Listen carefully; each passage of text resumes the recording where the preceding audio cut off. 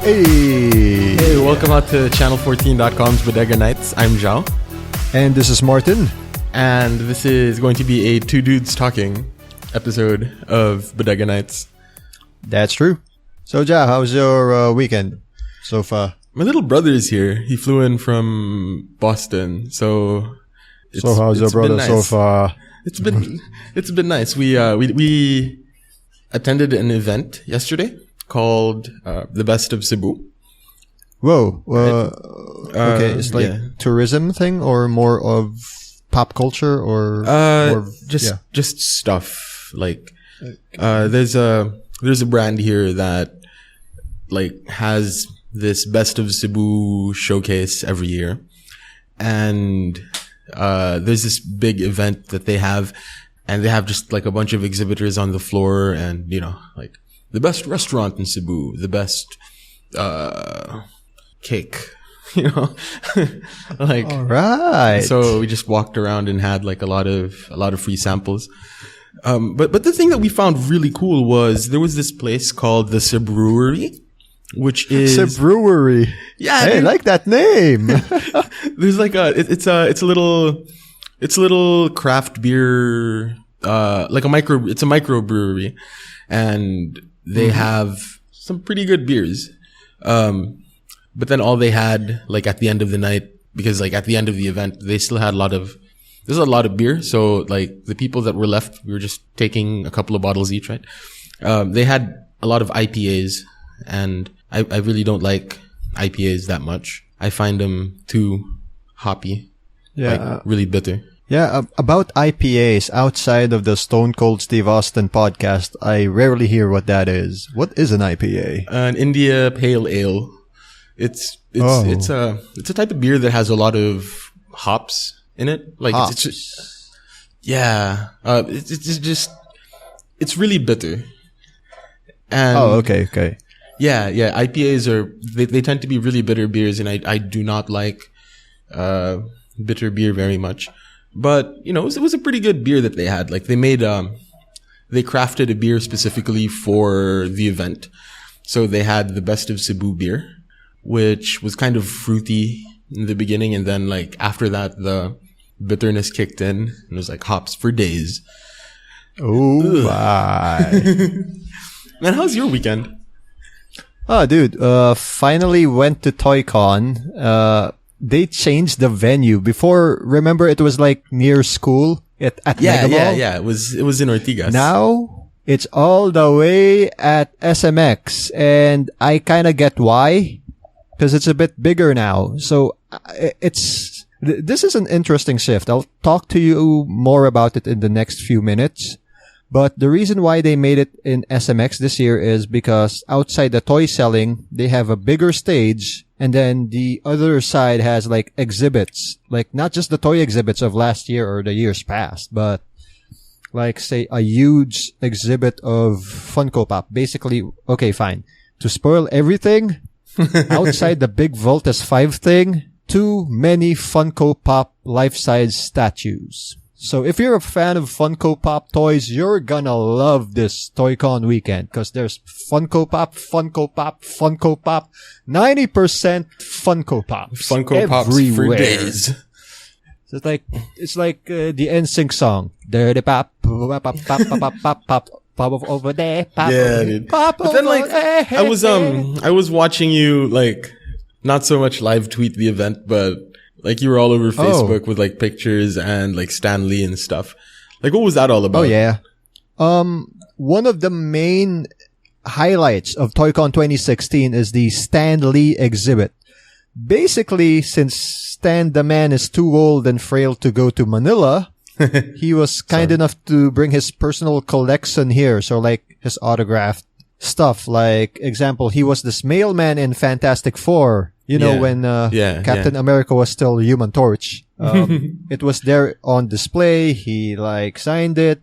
There's like the helmet of Captain America in one of the Captain America movies. He signed it. Chris Evans signed it. Nice. There's the seat in Deadpool. Obviously, Stan Lee signed it, and Ryan Reynolds. And there's like awesome stuff. There's even this statue of Stan Lee over there. Like you can see it in the my Facebook page. But if you're listening here right now in channel14.com's Bodega Nights, wow, that was Joao like and I really might kindly, that was really pro of you. That was like yeah. That was really like media, very media savvy. If you're listening now on channel14.com's Bodega Nights, where you can email us at bodeganights at channel14.com. But we should not ignore the people who direct download this episode right now and are listening to their Winamps or to their iTunes. In my case, I'm still listening to that Winamp app. Oh, anyway, yeah, I digress. We'll upload like that picture of Stan Lee, like his statue. It's in our file, so Joao, it's up to you if you wanna upload that picture and link it here, or upload another picture to troll with our listeners. I don't know, man. I'll put it up on like the Channel 14 Twitter page or something. Oh hell yeah. I like that idea. Or should we like have a Bodega Nights Twitter, like its own thing, and just focus on, well, either way. How was the Skype thing? Like apparently Stan Lee showed up on Skype or something, right? Oh yes. You know, was it actually Skype, or was it like a pre-recorded thing made to look like Skype? It's actual Skype because it was so real time. And remember, this is the Philippines, so third world internet problems. It happened. It happened. So it was choppy. Well, the organizers did their best. Come on. We're just like us. We're doing our best with what we can right now, right? With this internet connection here in this country. They're doing their best, and they're doing their best to parlay the crowd's questions to Stan Lee, who's having a hard time hearing us. But we don't have a hard time hearing him. So every time he's commenting on the host lady, he's like, "Oh my goodness, that lady looks so pretty. I hope she doesn't hear this." And then he sees another lady asking a question. "My God, are they all pretty there in Manila?" So basically, yeah, I'm not sure if he's like, he didn't know he's being heard by everyone. I probably did, dude. Probably did. Yeah, I think he's like kayfabing us here. He's like, kayfabing us, the old man who doesn't know but he really does know it's going on right now. He's Stan Lee. Yeah, dude. What do you, wait, let me just, takeaways from the Skype session. Well, he is, even though, yeah, we know about his age and his health issues, right? Recently. Okay. Like he can't, maybe 2016 will be his last stretch of going to Comic Cons because, yeah, his body can't take it. He's having a hard time moving around. Yeah, dude, he's like 90 or something, right? Like, yeah, he's 93 or 92. Yeah. That plus, I'm sorry. Yeah. I think it's about his vision. He might be having a hard time seeing now. Oh, well, that's sad. That's one of the reports. Yeah. Especially when you're in comic books, right? Yeah, You gotta, but hey, it was like when he was Skyping with us, he was still in high spirit. So as a fan of Marvel and, as a fan of Stan Lee, even though the ticket prices of this year's Toycon is jacked up. How much is it? Like 500 pesos or something this year? Yeah, per day. I bought the 2-day pass, so that's 800 pesos. I'm happy with that. For me, sulit na ako dun. Right. I mean, I got my money's worth because Skype session with Stan Lee, and then before that, there was this one-on-one Q&A thing with Dean Cain, the Superman from Lewis and Clark, with Terry Hatcher or something in the 90s. Yeah, dude. Whoa. He's freaking charismatic as heck. He's good. He's so good. I think the one I missed out on for the fans Q&A was young Boba Fett, Daniel Logan. That guy is pretty good on the mic too. Yeah. Sadly, I didn't get to, reach that part of the Q&A segment. I left after Stan Lee. Hodor on day one, he was great. I mean, he was trolling the host. He kind of trolled on one or two of the audience members because during the Dean Cain Q&A, 90% of the people who were interviewing him or who were asking the questions with Dean Cain kept asking, "Hey, can I have a picture with you or a selfie with you? Dean's like, yeah, sir, why not? Hodor, like, one of the questions, oh, after this question, may I have a picture with you? No. And then he does this block thing, like he's blocking the path of the camera. And then he's joking, oh, yeah, sure, why not? But are you going to be writing about Toycon for that random website? Yeah, reputable website. Oh, of course Manila. not. Because if I would be sitting down and having media access and will be stressing a lot more instead of having fun. Want to write about your experience on Channel 14? Like, you should totally do that. Want to have fun? Yeah, I mean, just like, I had fun and post pictures and stuff. Yeah, it's cool. I think I uploaded a few select shots from my visit in Toycon at our drive. So hell yeah, we can finally use that. Like write about. I'm thinking like we should write about stuff as fans of things and not as journalists, because like God knows that we get to do journalisty stuff in our day-to-day work. So yeah. And if not journalisty stuff, other stuff we cannot say. You cannot say. Yeah, I cannot say. And I will not say for the sake of national security. Speaking of which, happy Independence Day. Oh, yeah, happy Independence Day, happy fake people. Independence Day. Oh, we're going that route right now? Well, fine, not fake Independence Day. Happy nation building lie we tell ourselves Independence Day. Because, I see. So the mother of all political theory has gotten into you too, huh? Saint Mocha. Oh, man. Blessed Sister Mocha. She was, oh, yeah. Yeah, we're talking about a college professor. Yes. Anyway. Yes, anyway. So like, happy Independence Day to you, man. Oh, I have a good story about Independence Day. All right.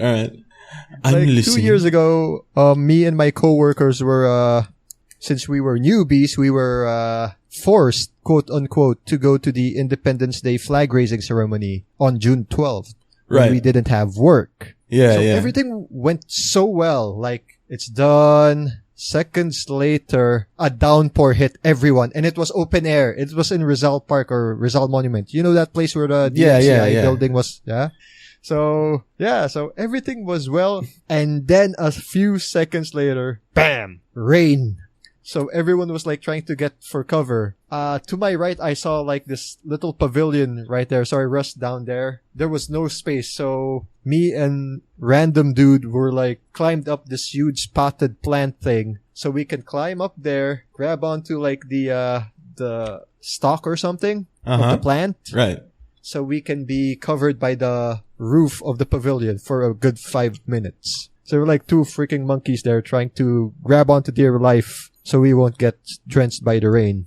Well, how was everybody else though? Because like, given your line of work, that's a pretty like high profile event. They weren't required. But I mean, basically, like, that's that. Like considering who your boss is, I'm pretty sure like a lot of media was there and stuff. Oh, well, every man, women, media, camera, donkey for themselves. Okay. And it was just 5 minutes anyway, so we just needed shade and everyone was already good to go. Man, how's the oh, go ahead. No, I'm done. How's the what? Now, how's the weather there? Like, has it been raining incessantly and then like followed by this tremendous heat? Yes. Going back to heat and rain, we're going to the first day of my Toycon experience. It was so hot, there was a huge line from both sides. Not only because of Toycon, but because of the Manila Majors. The one in MOA Arena. Mm-hmm. They have a secret shop at the convention center. So people are also lining up from Majors to get that swag. Wait, Manila Majors? The one, I think AG has more info on this. Basically, it's a Dota 2 tournament. Oh, okay, yeah. Happening the same time as Toycon. So yeah, it's over. Long ass line. The only reason why everyone got in less than an hour instead of waiting another more hour to be there in the long line was because of the strong rains. Right, yeah. And not everyone had, an umbrella, had jackets or an umbrella. So they were like, it was like the people who were letting them in slowly were saying, "Are you sure we should let them in?" SMX was like, I'm pretty sure there's a hard rain there and we gotta let them in before everyone gets drenched. Okay. Yeah, dude, because like it's gonna be worse if you keep everybody outside and then they walk in like really wet. Yeah, it's gonna drench your freaking convention, right? That'd be horrible, dude. But you know, I don't know. So you got how long was the event? It's like 3 days, right? Yeah, it ended like tonight. Actually, that's my only gripe, the queuing system. I think for me, it's like the lesson learned here is if I'm going to APPC this coming August for the same venue, I shouldn't be there early. That's it, basically. But isn't queuing like dependent on the time? Organizer? Like, isn't it the event organizer that has the, you know, how the queue goes, like people with these tickets get to go in this line, etc.? No, the problem is even if I had tickets, they didn't know where to go because of the mixed lines or something that time. But I think they addressed the problem day 2 because I went in easily yesterday. I guess it was just the first day, basically. So yeah, I guess maybe in the next convention, I'll pre-buy my tickets again so I don't have to line up twice. That's always a given. Yeah. Outside that, maybe go to the convention 1 or 2 hours before the scheduled panel thing I want to go to, or, you know, the people I want to meet there go to. Yeah, dude, we're becoming, the culture around conventions in Manila has become a lot more like American SDCC? style. Yeah, you know? and like people are lining up for stuff. Like people line up for stuff now. We never really had to line up for anything before, or like line up to get a ticket. You get a ticket, you're in. Like you don't line up to get a spot in line. Like we don't have a culture of lining up here. You know, outside Free Comic Book Day. Yeah. Again, that's geek culture. Yeah, that's geek culture. Like say, and we don't like, and generally we don't really pre-order stuff either. Like when we watched Captain America, we were thinking like maybe we should pre-order the movie tickets and stuff to watch it on opening night. We show up opening night, buy our tickets and line up to get into the cinema. Like, you know, but now we have to pre-buy because people do that. Plus, if we don't, less chances of getting seats, man. That's the problem these days. Yeah, so like you guys up in Manila, you're a lot more liney-uppy nowadays. Like, paranoia on tickets. Yeah. We have too many cinemas here. Like we have these little cinemas where you still have little movie ticket stubs, no free seating, or it's all free seating and stuff. So like, I missed that. Yeah. So, if your SMs and your Ayalas don't have any tickets, or, you know, like you don't manage to get a ticket or whatever, you can always go to one of the smaller cinemas that don't have a website and stuff. Like you find out their movie schedule from the newspaper, you know? Uh-huh. Oh, wow. Anyway, yeah. Going back to the culture of lining up, right? Uh-huh. What's a good example in America that we derive it from? A certain convention in San Diego, right? Well, Comic-Con. Yeah, there's Comic-Con. But then like, if we're talking about lining up in general, you know, you can trace that back to like Star Wars and stuff. Oh, yeah. That's true. The iPhone store along, or the Apple store along Fifth Avenue, right? Like, that's Fifth Avenue, right? The big Apple store in New York City. Or like the first day selling of a, you know, new console of Sony or Xbox, or before what, Sega Dreamcast? Yeah. Like, you know, we don't really partake in that. It's really weird. You know, one of my friends, right, wanted to buy, what was the most recent Game of Thrones book? It came out a long time ago. I don't know. Well, whatever it was, right? So her boyfriend was supposed to reserve them a copy at Fully Booked because, you know, we gotta get we got to get in on this early or whatever. So, but he totally didn't. Ha ha ha ha ha. Right. And like, he was like really bummed, I was like, I wasn't able to pre-order my copy, blah, blah, blah. And when it came out on that day, you had people lining up, to get into Fully Booked to get their copy of whatever the book was called. I can't remember. And then this friend of mine, what she does is she goes to National Bookstore and they had like a bunch of copies just sitting on a shelf. Whoa. Right. And so she just picks it up and shows her boyfriend like, ha ha ha ha. So yeah, like we really don't have that. We really don't have that culture. So I don't know. Oh yeah. You know what I like about my city right now? The Tiger City? Yeah. The Tiger City has a certain SM mall that no one knows has a cinema. So opening weekend, I have no problems getting tickets. And it's near my house. Oh, so it's like, yeah. Not sold out. Awesome. I'll still buy a ticket for tonight's show. Yeah. So that's like that's the equivalent of the Gaisano Mall that we have like nearby. Like nobody really goes there or whatever. But then the SM in Mandaluyong is kind of new. So like this one is about as old as I am. So the cinema is like, it's like really jank, but whatever. Right? That's true.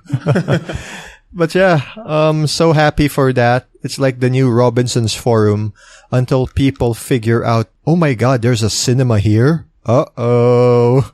Yeah, that's when it's over.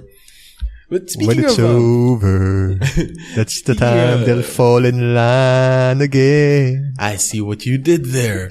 But like going back to like pre-ordering tickets and stuff, the WWE has a live event in Manila at some point. Oh, totally bought tickets for me and John already during the pre-sale period.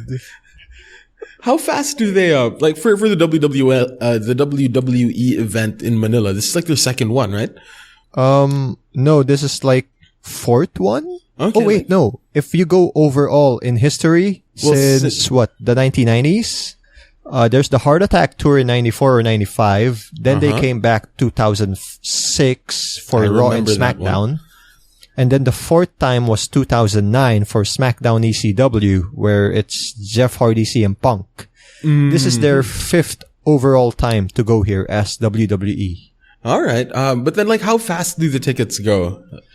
Since it was pre-selling early bird tickets, either it went out fast or they gave us limited number of seats. Oh, okay. Yeah, that's a thing.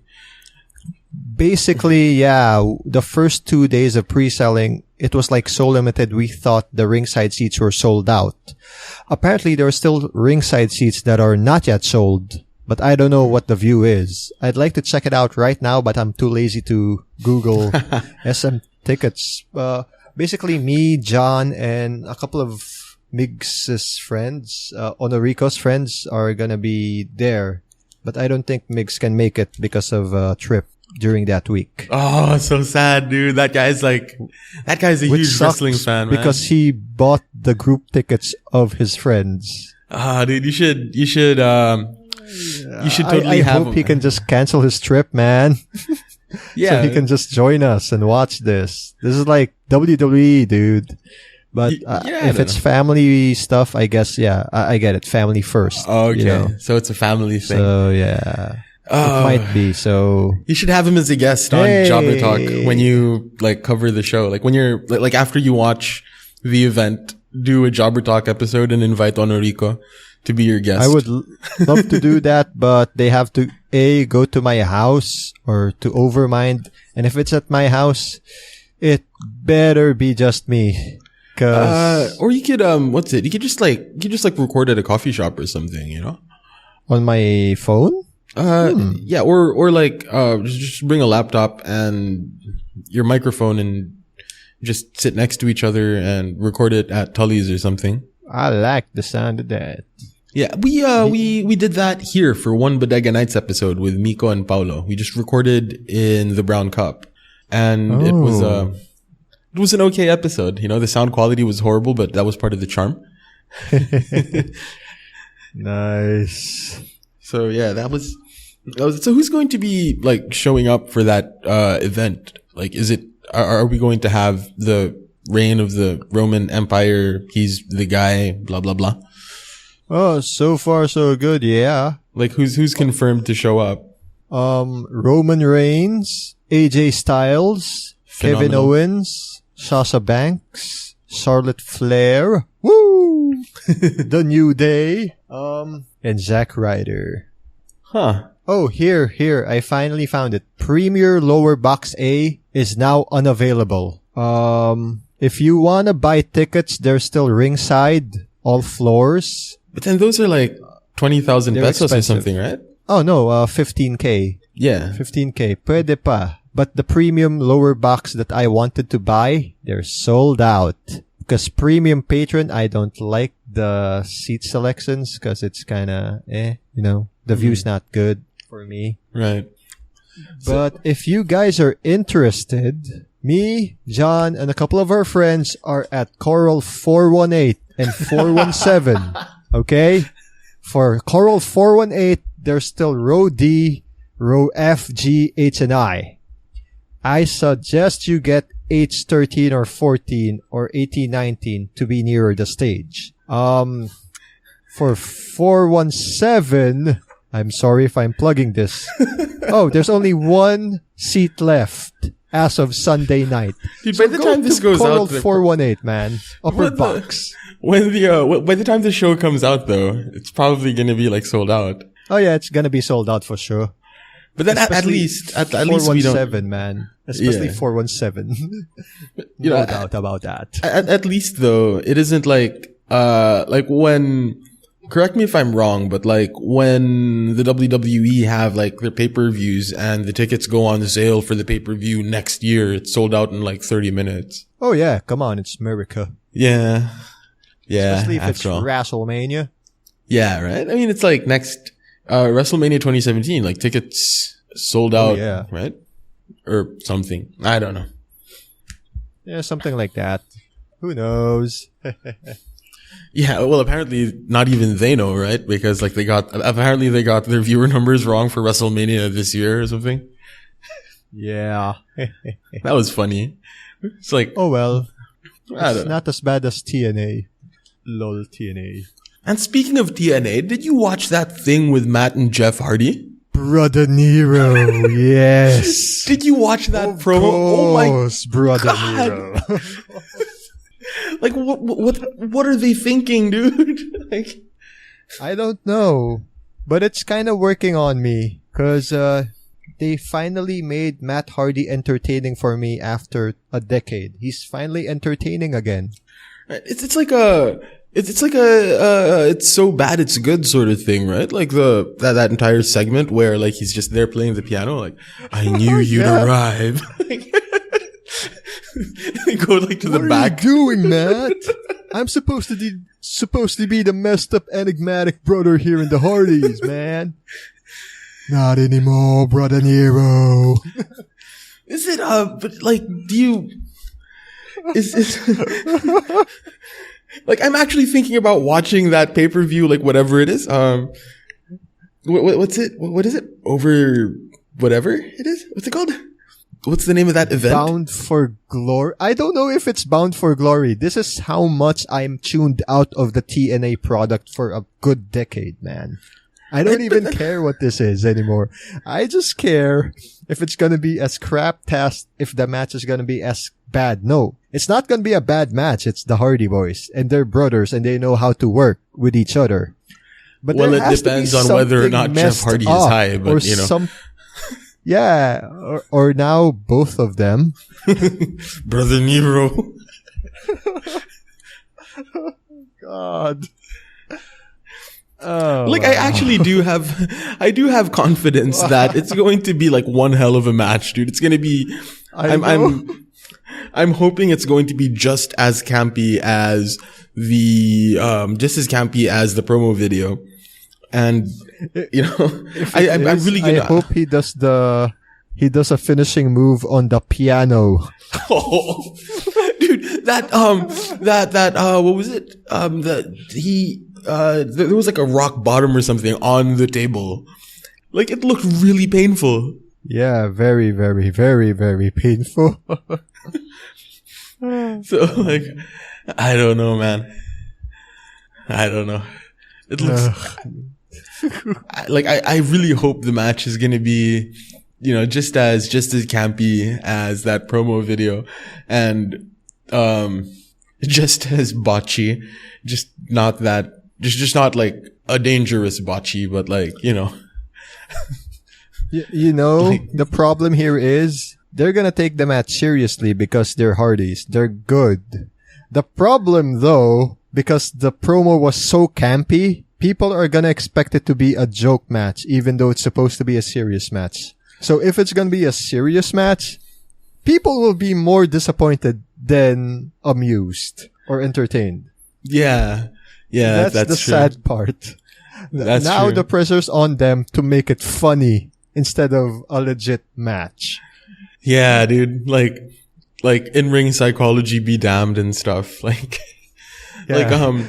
like that, sort of like that recent Spot Fest in, what was the name of that, in New Japan. Did you watch that match? The Super Juniors finals match thing? With, Will Ospreay? yeah, and Ospreay. Prince Puma. Oh wait, that's not his name that time. Yeah, his other name is Right? Like I would expect a match like that. Like really, really technical, but like just sucks. It's really good, but it sucks at exactly the same time, or at the same time, because I know that the Hardys can pull something like that out of the hat, like with their whole high flying thing that they do. Well, now it's just Jeff who's high flying. And he's paying for it in his body's paying the price already. Yeah. They're no longer the Hardy Boys. They're Hardly Boys now. The Hardly Boys. That doesn't sound... Yeah, they're now brother. Well, Brother Nero, I think I have a raging clue. That was a reference to a South Park episode. The Hardly Boys. Yeah. Oh god, speaking of South Park, I finally watched season 19 with PC Principal, Geico, all the ads. Oh god. Oh man, I haven't been keeping up on South Park. But like apparently AG tells me that the most recent season is really good. Yeah, and it kind of does a good reflection of the situation in our country and basically, America. But that's all I can say. Anyway, speaking of, let's go back to Toycon, right? You know what I'm seeing right now here is, remember, Toycon before was about toy selling, was about bargain toys and meeting up with friends to meet up buying toys. Yes. Checking out exhibits. Right now, as I said, I was trying to hit the the San Diego Comic-Con thing. It's starting to go that route for the past few years, with the infusion of other pop culture stuff, not just toys, but movies, and now local TV series that most of us don't even care about. So I'm not going to say who the guests were. We don't care about that. We're about the toys, but okay, fine. I was there for Stan Lee and maybe that Hodor guy. You're starting to sound like elitist, right? Not elitist. Like San Diego Comic-Con purists that are like Twilight. We're purists. Get away, Twilight. Get away, new TV series and movies. I want my comic books. Except I want my toys. And like, it'd be nice to go up to those comic book people and be like, comic books are ruining Toycon. Half of the toys they're selling are based off our comic books. Yeah, and so are half of the movies. Yeah. And so are half of the movies in Hall H or whatever, But yeah, I'm seeing that gradual transition, but I just hope they will not lose the identity of Toycon. What do you mean the identity? That's the problem too. What is the identity of Toycon? Remember, 2 years ago, instead of a planned parokya ni Edgar or an Itchy Worms finale number during day 1 to 3, right? Mm-hmm. They had the Mocha Girls performing. So trust me when I say 2016 is a way step up than that one. That's the thing, because before I think it was really just a convention of fellow toy collectors and those who want to buy toys from said collectors and branches. And yeah, toy exhibitions. It's still there this year, obviously. And there's still like the selling area, which is bigger now because it's SMX, right? Yeah, yeah. But yeah, most of the toys they're selling outside the usual, the bargain area, Changge area, is Funko Pops. What's gonna happen though if Funko Pops reaches its marginal utility with the consumers? Economics. Because there has to be a saturation point. It's like, how do I say this? It's like Pearl drinks in summer, like early or late 1990s or early 2000s. Like Zagu was popular as hell, right? Yeah, yeah. When is it gonna reach the peak? When is Funko Pop gonna reach the peak? When it's not too marketable to be a good seller, a good endorser, a good brand name. Dude, this reminds me of you can rely on for your conventions. This reminds me a lot of the Beanie Babies. Remember that? Yeah. Or Trolls, man. The Trolls. Yeah, exactly. They're like these cute little chibi looking things. Yeah. I don't know. I mean, I hope the Funko Pop evolution is gonna be the next Lego. That it's gonna be timeless. Hopefully. It's Minecraft. Minecraft is the next Lego. Minecraft. Damn. I hope. Well, Funko Pop, please, for the good of the industry. Slow down. Slow the hell down. Okay. Slow the hell down, because it might lead very soon. It's gonna plateau soon. Reach its peak soon. And then... You know what happens when it goes plateauing. Yeah, it eventually crashes, right? Yeah. Because I would imagine that the same sort of mentality that goes into like buying Funko Pops, or Pop Funkos or whatever they are. I would imagine that it's still sort of that same mentality that people had when they were collecting toys in like the 90s and collecting comic books and stuff, where this is more of an investment than a thing that I'm going to play around with, right? Yeah, and if you're gonna invest on something that's gonna be multiplied a lot. I mean, like there's going to be an oversupply because the market will react to this demand by manufacturing more of these things. So, eventually they're going to be worth next to nothing. Which is funny because, I'm sorry if I'm going to use our Toycon again as an example, right? Last year we have a Toycon exclusive Funko Pop, which is the Aswang. All well and good, cool. Right? Yeah. But this year it's everywhere now. So how the hell can it be a limited exclusive Toycon thing when you can see it every freaking where now? You can buy it in Makati. You can buy it in Mandaluyong. You don't need to wait for this Toycon to buy it, because you could have bought it like somewhere in Philbars or Big Boys, in your SM or in your Glorieta. And the other, I don't know, man. But welcome to the world of comics, dude. Yeah, and sorry listeners, we're going on economic terms right now. Man, where's Honorico when you need him, dude? Because on this podcast we talked about wrestling and economics. Yeah, I mean, I'm only a political economist, not an economist. I'm not that, not that worthy of talk. No, wait, I'm not. I don't have those credentials. Yeah, your course was more political science than it was like economics. Economics is a social science, right? No, actually, we have good units of economics, plus we mesh up political science and economy, because you can't take out the politics in economics, and you can't take out the economic structure of the world and your country when you're studying politics. It's hard. It's a very bad practice if you try to cut them in half and say, oh, I'm just study this. No. A affects B, B affects A. That's basically what we were trained to say, or trained to learn. You don't have the purity of either social science, which flies in the face of a social science. there is a purity, but we don't deny an interplay in certain aspects or in certain, in our certain subjects, right? Certain subjects go for pure letter A or for pure letter B.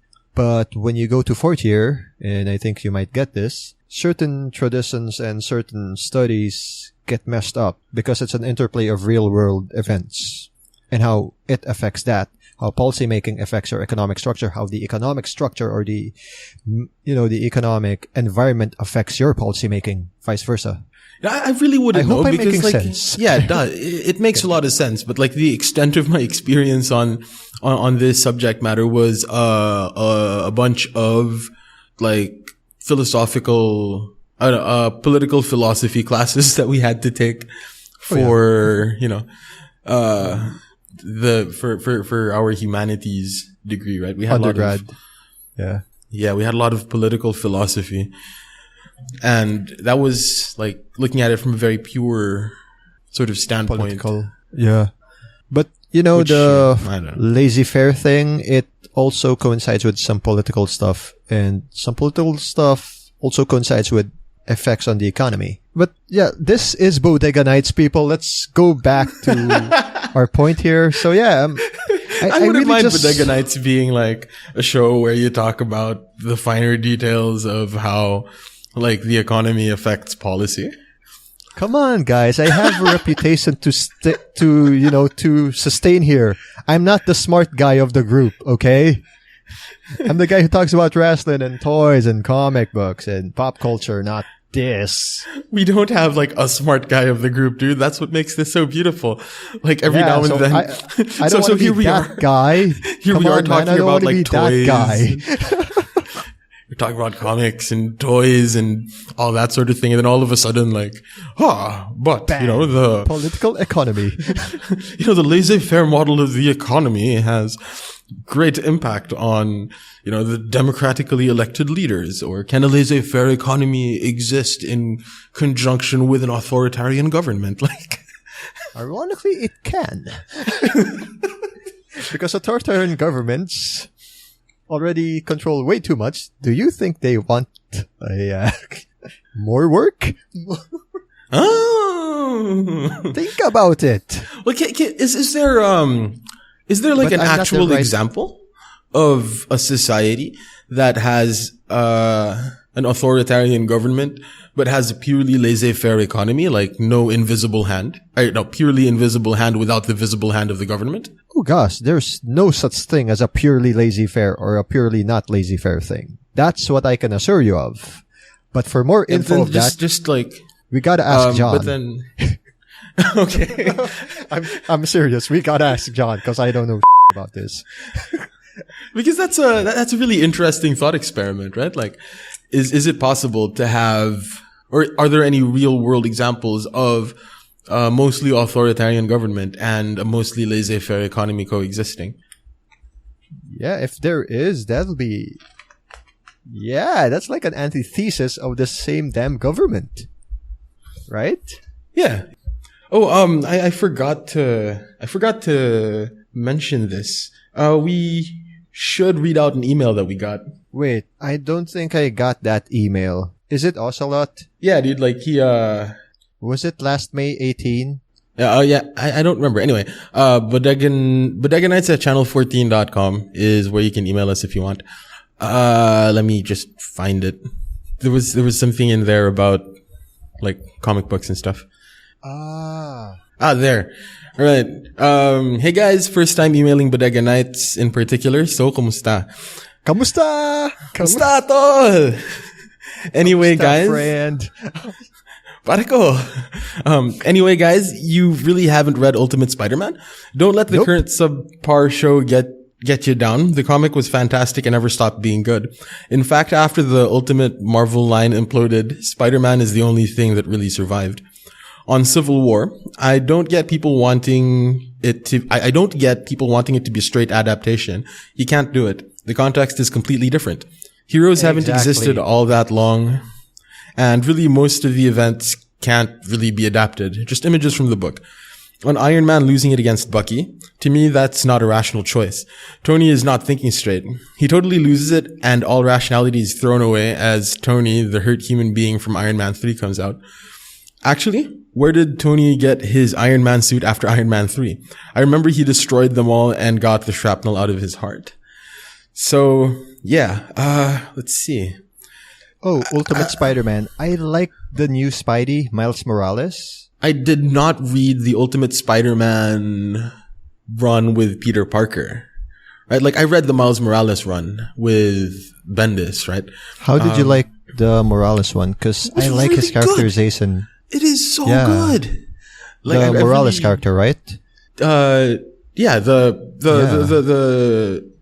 black kid, right? Or he's like black Hispanic or something. Like it is what Spider-Man should have been in a lot of ways, you know? Also, I never read the Ultimate line. I only read Miles Morales in the Spider-Verse. He's one of the characters I really got behind during the whole crossover series, where everyone was like, the Inheritors were trying to kill every Spider-Man in every reality. Yeah. Spider-Verse. I remember that. It was Dan Slott, and I didn't like it very much. Oh yeah, the ending was really. But like Miles Morales, I'll let you read a copy of some of the issues of Ultimate Spider-Man. Yay! With Miles Morales, like that, because it was a really good run. Yeah, I agree with the listener feedback. Why are people expecting so much from something that's like just here for 8 years? They really can't be adapted. And we get the hurt human being from Iron Man 3. The thing I really like about the way they're handling the character of Tony Stark in the Marvel Cinematic Universe is that you have a character arc for your various characters. Arguably they're doing it better than some of the comics do, because comics take forever for characters to make any sort of development, right? Yep. Like, it's only fairly recently that we got Peter Parker in the comic book. Do they still call it the 616? Do you not know? I'm not sure, because it got molded with the Ultimate Universe or something. Yeah. So anyway, in the current Marvel universe, right? It took them forever to get Peter Parker to, not be that like struggling journalist photographer, and now, he's the CEO of his company or something, right? Like, it took them 50 years to get there? Like 40 or 50 years to get there? Give or take, yeah. Right? But then like with the Marvel Cinematic Universe, and with the Cinematic Universes, not really. I'm not sure about like the Bryan Singer X-Men thing, because I haven't really been following it as closely. But like you see the character development throughout the movies, and that's pretty cool. Yeah, man. I like the Tony Stark thing. He's like that guy. A good example. But yeah, even like the Pepper Potts angle in that movie really signify like, what's going on, guys? Bad move. On their part to put her name there while he was there at MIT. You know, that first part of the movie thing? Yeah. Like, I think we just broke up, guys. What the hell? Oh, I love that scene because of Dean Pelton. I mean, Jim Rash's, character. Yeah. Dean.